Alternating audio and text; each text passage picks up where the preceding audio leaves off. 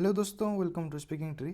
तो हम हमारे बैंकिंग अवेयरनेस कोर्स में थोड़े आगे आ चुके हैं। ठीक है, तो मेजोरिटी पार्ट हम कुछ कवर कर चुके हैं। जो पार्ट हम कवर कर चुके हैं देखिए, आप यहाँ पे देख सकते हैं कि बैंकिंग की हिस्ट्री हम कवर कर चुके हैं। टाइप्स ऑफ बैंकिंग, आरबीआई और functions, monetary policy of RBI, ये सब हम जो कवर कर चुके हैं। ठीक है, और यहाँ पे हम फाइनेंशियल मार्केट पढ़े, जिसमें क्या क्या था, कैपिटल मार्केट, मनी मार्केट, ये सब हम पढ़े। ठीक है, और एनबीएफसी रिसेंटली पढ़े हम लोग। और आज जो क्लास रहेगा हमारा Indradhanush strategy to revamp public sector banks. ठीक है, तो इंद्रधनुष स्ट्रैटेजी के बारे में आज के क्लास में हम डिस्कस करेंगे। क्लास बहुत छोटा सा रहेगा। ठीक है, तो चलिए आगे बढ़ते हैं।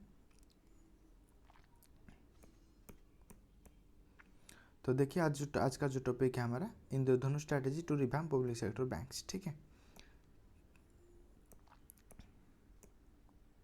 तो चलिए पहले जानते हैं कि इंद्रधनुष स्ट्रैटेजी होता क्या है। ठीक है, तो ये क्या होता है, Indradhanush strategy is a 7 component plan. इसमें क्या था, कितने कंपोनेंट थे, 7 component plan to improve the functioning of public sector banks. ये क्यों बना गया था, फंक्शन को इम्प्रूव करने के लिए, किसकी, पब्लिक सेक्टर बैंक्स के फंक्शंस को इम्प्रूव करने के लिए। The plan was launched in 2015। यहाँ पे एक पॉइंट मिस हो गया है। देखिए, ये जो प्लान हुआ ना, जो कमिटी हुआ ना, इन दोनों स्ट्रैटेजी के लिए जो कमिटी बना था वो 2014 में बना था। ठीक है, 2014 में। और ये जो प्लान लॉन्च हुआ वो हुआ 2015 में। ठीक है, by the ministry of finance. इतना याद हो गया आपको। वो जो कमिटी बना था वो 2014 में बना था, और जो प्लान लॉन्च हुआ 2015 में लॉन्च हुआ। ठीक है, the goal of the plan is to help public sector banks compete with private banks. तो उस टाइम क्या था, प्राइवेट बैंक्स बहुत आगे चल चुके थे पब्लिक सेक्टर बैंक्स को पीछे धकल कर। ठीक है, वो प्राइवेट बैंक्स वैसे भी तो प्रॉफिट ओरिएंटेड होते हैं देश की इकोनॉमी में, लेकिन उनका बहुत इंपॉर्टेंस भी तो रहता है। ठीक है, goal of the plan is to help public sector banks compete with the private banks. ये लोग प्राइवेट बैंक को, जैसे गवर्नमेंट के पब्लिक सेक्टर बैंक कौन होते हैं, जो जिसमें गवर्नमेंट के शेयर ज़्यादा रहते हैं, 50% से ज़्यादा। ठीक है, तो इनको प्राइवेट बैंक जैसा ऑपरेशन फंक्शन करने के लिए, फंक्शन को इम्प्रूव करने के लिए ये जो इंद्रधनुष स्ट्रैटेजी लॉन्च करा गया था। ठीक है, चलिए और कुछ आगे जानते हैं।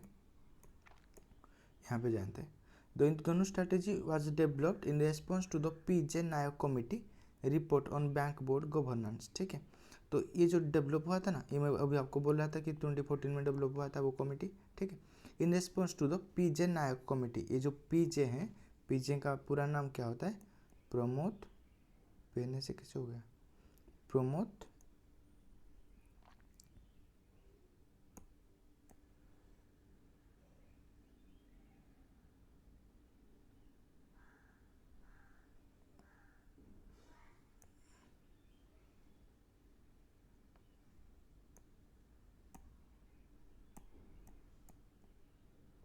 प्रमोद जयंत कमिटी, प्रमोद जयंत नायक कमिटी।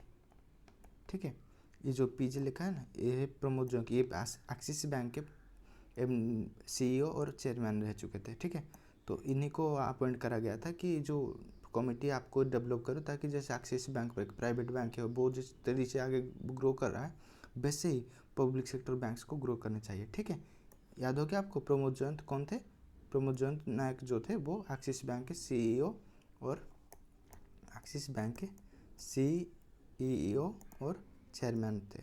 ठीक है, फॉर्मर चेयरमैन। ठीक है, the plan also aims to reduce the number of NPA. तो ये प्लान में और क्या था कि एनपीए जो होता है, एनपीए क्या होता है, non performing asset, public sector banks में ज़्यादा होते हैं ना, तो उनको रिड्यूस कैसे करा जाए। ठीक है, एनपीए क्या होता है, जैसे कोई लोन लिया और वो वापस नहीं हो रहा है, तो इस सब एसेट को रिड्यूस करने के लिए पीजे नेक्स्ट कमेटी का इम्प्रूवमेंट चाहिए था बैंक, पब्लिक सेक्टर बैंक्स के लिए। ठीक है, तो चलिए और कुछ जानते हैं आगे। कंपोनेंट्स ऑफ इंद्रधनुष स्ट्रैटेजी में आपको हम पहले जान चुके हैं कि वो जो 7 कंपोनेंट्स थे वो क्या क्या है, अभी हम जानेंगे। ठीक है, अपॉइंटमेंट्स क्या होता है, improve the process of hiring staffs. जो अपॉइंटमेंट होते हैं ना, इसकी जो प्रोसेस है, इसको इम्प्रूव करना था कि प्रॉपरली अपॉइंटमेंट जल्दी से जल्दी हो। इतना टाइम नहीं लगना चाहिए कि एम्प्लॉयज़ को अपॉइंट करने के लिए या फिर प्रमोशन करने के लिए आप बहुत टाइम लगा रहे हैं। ठीक है, बैंक बोर्ड ब्यूरो का एस्टेब्लिश हुआ, improve the functioning of the banks board. ठीक है, improve the function of the bank board bureau। Capitalization, improve the banks capital structure. याद रखिए कि जो कैपिटल स्ट्रक्चर है बहुत इंपॉर्टेंट है। जब हम बेसल में पढ़ेंगे ना, वहाँ पे हम कैपिटल स्ट्रक्चर के बारे में बहुत ही अच्छे से पढ़ेंगे, ठीक है। तो improve the banks capital structure, bank की कैपिटल स्ट्रक्चर, जैसे कोई एक टाइम पर गवर्नमेंट को इन्फ्यूज करना चाहिए कैपिटल, बैंक के अंदर गवर्नमेंट पैसा डालेगा, ठीक है, ये होता है। फिर और एक पॉइंट होता है distressing, solve infrastructure problems to reduce stressed asset, ठीक है। Solve the infrastructure problems to reduce stressed assets. Stressed asset जिन एसेट्स पर इतना दबाव, मतलब कि बैंक ऐसा फील होता है कि बैंक वो एसेट्स पर अपना रिकवरी कर नहीं पाएगा, ठीक है। जैसे बैंक के लिए एसेट क्या होता है, लोन्स। इम्प्रूव एम्पावरमेंट क्या होता है, give public sector banks more flexibility and autonomy. Public sector banks को ज़्यादा से ज़्यादा फ्लेक्सिबिलिटी और ऑटोनोमी दिया जाता है, ठीक है। Framework of accountability, use new performance indicator. Accountability क्या होता है, किसी के ऊपर कोई परफॉर्मेंस दिया जाता है कि आप इतना टास्क करेंगे, ठीक है, और वो अचीव होता है या नहीं होता है, इन सब चीज़ों पर अकाउंटेबिलिटी मेंटेन करता है। Use new performance indicators to assess bank performance.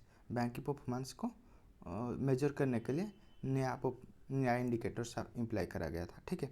और क्या होता, governance reforms hold meetings between government officials and bankers to resolve issue. कुछ इश्यूज के बारे में मीटिंग कैसे प्रॉपरली टाइम पर हो जाए, गवर्नेंस रिफॉर्म्स, ठीक है। प्रॉपरली गवर्नेंस रिलेटेड जो मीटिंग होता था गवर्नमेंट स्टाफ्स ऑफिशियल के अंडर और बैंकर्स के अंडर, बैंकर्स के बीच जो मीटिंग होता है, ठीक है। इतना हो गया आपको। तो ये जो वो 7 इंपॉर्टेंट कंपोनेंट्स थे इन दोनों स्ट्रैटेजी के, ठीक है। क्या क्या थे, अपॉइंटमेंट, जिसमें हम जाने कि बैंक्स में जो अपॉइंटमेंट होते हैं बहुत प्रॉपरली टाइम टू टाइम हो जाना चाहिए। सेकंड में जाने बैंक बोर्ड ब्यूरो क्या होता है, ठीक है, improve the function banks board. Third में जाना हम कैपिटलाइजेशन के बारे में, जैसे जहाँ पे हम बैंक के जो कैपिटल स्ट्रक्चर है उसको पढ़ेंगे, लेकिन ये बहुत इंपॉर्टेंट है, जब हम पर्सनल लोन पढ़ेंगे वहाँ पे पढ़ लेंगे, ठीक है। और डिस्ट्रेसिंग के बारे में जाने, एम्पावरमेंट के जानेंगे, फ्रेमवर्क ऑफ अकाउंटेबिलिटी के बारे में जाने, और बाद में जाने हम गवर्नेंस, जहाँ पे हम बैंकर्स और जो गवर्नमेंट के ऑफिशियल्स होते हैं उनके बीच का मीटिंग के बारे में जाने, ठीक है। तो चलिए और आगे बढ़ते हैं। तो ये इतना ही था, ठीक है, इन दोनों strategy for public sector banks, ठीक है। ये इंपॉर्टेंट टॉपिक है, ठीक है, आपको याद रख लेना है वो 7 पॉइंट्स जो इन दोनों स्ट्रैटेजी माने इस कमेटी के अंडर आया था, ठीक है। तो अगर चैनल को आप सब्सक्राइब नहीं किया तो कर लीजिएगा। इस वीडियो में रुकते, मिलते हैं नेक्स्ट वीडियो में, ठीक है।